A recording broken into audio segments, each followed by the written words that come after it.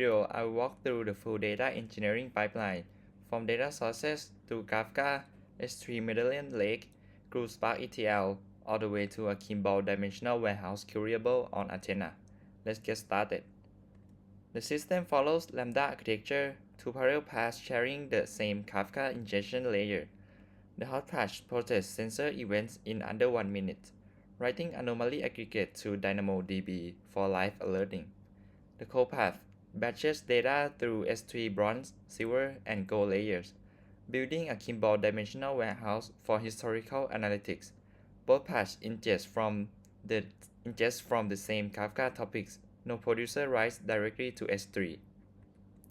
We have three heterogeneous sources. First, the Air for Thai government API, real hourly PM 2.5, PM 10, O3, NO2, and CO reading from around 100 monitoring stations across Thailand.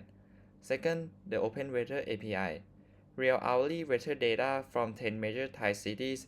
Third, a synthetic IoT stream, 50 simulated factory sensors across 5 zones, generating a reading every 5 seconds. These three sources have completely different schemas, cadences, and semantics. This is the variety dimension of big data. All three sources publish on Kafka first. We run Kafka in KRAF mode on single EC2 33 mediums using Docker Compose. 3 topics: air quality law with 3 partitions, weather law with 1 partition, and sensor stream with 6 partitions. Python producers using Confluent Kafka are cron scheduled hourly on EC2. You can see here the Kafka container running and produce logs confirming messages are being published in real time. The S3 sync consumer reads from Kafka and writes raw packet file to bronze, partitioned by date and hours. Bronze is strictly append only. Data is never modified after landing. Here you can see the bronze air quality folder with date partitions from May 3rd to May 9. And drilling into one partition shows the raw packet files exactly as they came from Kafka. Now let me show you the full medallion architecture materialized in S3. Starting with silver, you can see the partitions are now named reading dates instead of raw date format from bronze. The data has been deduplicated and schema is enforced. Moving to gold, you can see all 12 table folders here, 7 dimension table and 4 fact tables. And notice that the folder names match exactly what we designed in the dimensional model. This is the Kimball star schema physically built on S3 packet and ready for Athena to query. The dimensional model was designed using Kimball 4-step method. For business process 1, air quality monitoring, the grain is 1 row per station per hour, and we currently have around 12,000 rows. In that fact table, the dimensions are dim date, dim station, which use STD type 2, dim region, and dim weather condition. For business process 2, IoT sensor readings, the grain is 1 row per sensor per 5-second tick, giving us 25.9 million rows. The key things to notice is that dim date appears in both stars. This is the conform dimension that allows us to join air quality and sensor data by the same date. SCD Type 2 is implemented on both dim station and dim sensor. The way it works is every row in the dimensional table carries 3 extra columns. Effective dates tell us when this version of the record became active. Expiry date is now for the current version and gets filled in when the record changes. And is current is a simple Boolean flag. So when a monitoring station gets relocated to a different area, we don't override the old record. Instead, we close it by setting expiry date and flipping is current to false. Then insert a new row with the update location. We preserve the full history. You can see here in Athena query result that all 3 columns are present on every row, ready to track any future changes. The conform bus matrix proves that dim dates span all four fact tables. This is the formal Kimball conformance requirement. Any two fact tables that share dim date can be joined by date without any transformation. Dim station is conform across both air quality facts, and dim sensor is conform across both sensor facts. The ETL layers run on AWS Glue with PySpark.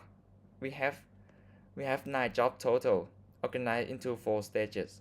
Stage 1 runs 3 bronze to silver jobs in parallel. This handles deduplication, typecasting, and schema enforcement for air quality, weather, and sensor data. Once all 3 finish, Stage 2 kicks in, with 3-dimension jobs, SCD Type 1 for simple lookup table, and SCD Type 2 for station and sensor dimensions. After all dimensions are ready, Stage 3 run the fact jobs, air quality, and weather hourly. Finally, Stage 4 builds the anomaly event fact table by reading from the gold sensor reading table we just created. Now, let me show you proof that these jobs actually ran, not just that they were configured. On the top, you can see the job run detail for the silver to gold fact job. It shows the exact start time, how long it took, and the DPU hours consumed. On the bottom is the CloudWatch output log, which captures every print statement from our PySpark code. You can see here the dimension table loading, the fact table row counts being written, and the job commit confirmed. This is the actual execution trace end to end. The 9 jobs are orchestrated by a Go workflow with 4 conditional triggers. Stage 2 only fires when all 3 bonds to silver jobs succeed. Using AND logic, facts wait for all 3-dimension jobs because they need surrogate keys. Stage 4 wait for both fact jobs because it reads from Go fact sensor reading. Here is the workflow graph showing all 9 nodes green after a successful run. The History tab shows this workflow has completed successfully multiple times.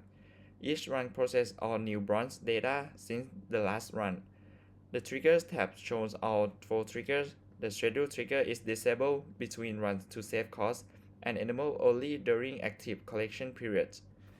All 3 conditional triggers remain always active, waiting for their upstream jobs to complete. After the latest pipeline run, the Go warehouse now contains over 26 million rows across 4 fact tables.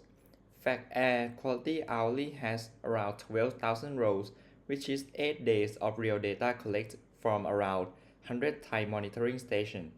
Fact weather hourly has 1,100 rows in real open weather data across 10 cities.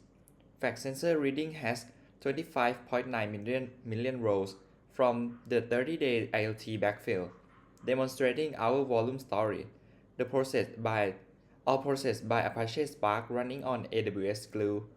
Finally, fact sensor anomaly event has around 362,000 rows, which will be discussed in the next slide. This slide validates the Lambda architecture. Both hot path and cold path process the same sensor events through different routes. The cold path reprocessed the full 30-day history through Glue and found 362,000 anomalies. You can see the Athena query confirming that the number directly from the gold table. The hot path detects around the same number, a difference of just 4 records explained by DynamoDB's 24 TTL automatically cleaning up all items. Both paths independently arrive at the same answer, which is exactly what Lambda architecture is designed to prove. Now let me show the warehouse in action. I'm querying the Go layer directly in Athena, which is serverless SQL running straight over S3 packet with no database cluster needed. The query joins fact air quality hourly against dim station to get human readable station names.